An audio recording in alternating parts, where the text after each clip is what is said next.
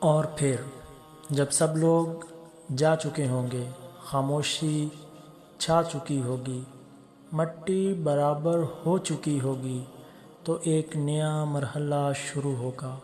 قبر میں سوال ہوں گے، وہ سوال جو دنیا میں بار بار سمجھائے گئے مگر شاید ہم نے سنجیدگی سے نہ لیے۔ کہا جاتا ہے 2 فرشتے آئیں گے اور سوال کریں گے، تیرا رب کون ہے؟ تیرا دین کیا ہے؟ تیرا نبی کون ہے؟ سوچئے، یہ صرف زبان کے جواب نہیں، یہ زندگی کے جواب ہیں۔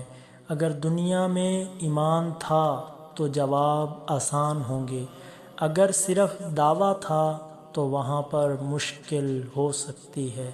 اس لیے زندگی تیاری ہے، قبر امتحان ہے۔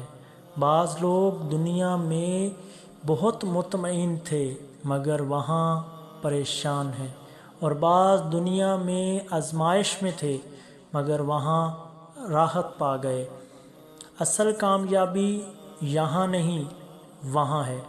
قبر کی پہلی رات اعمال بولتے ہیں، نماز ساتھ آتی ہے، قرآن ساتھ آتا ہے، صدقہ ساتھ آتا ہے، نیکیاں ساتھ آتی ہیں، اور انسان سمجھتا ہے جو کچھ اللہ کے لیے کیا تھا وہی اصل سرمایہ تھا۔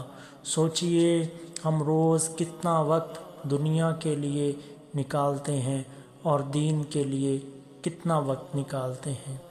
ہم مستقبل کی پلاننگ کرتے ہیں مگر قبر کی تیاری نہیں کرتے۔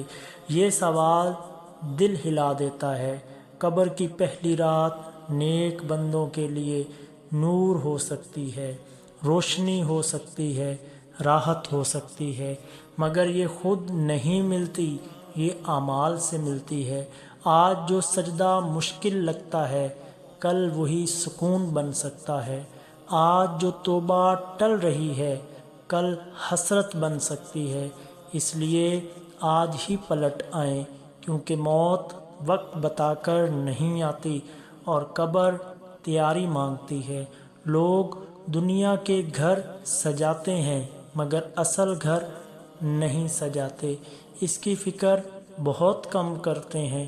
قبر کی پہلی رات یاد دلاتی ہے کہ اصل واپسی اللہ کی طرف ہے، اور خوش نصیب وہ ہے جو وہاں اکیلا نہ گیا بلکہ اس کے ساتھ اس کے نیک اعمال بھی گئے۔ اللہ ہمیں قبر کی تیاری کرنے کی توفیق عطا فرمائے، آمین۔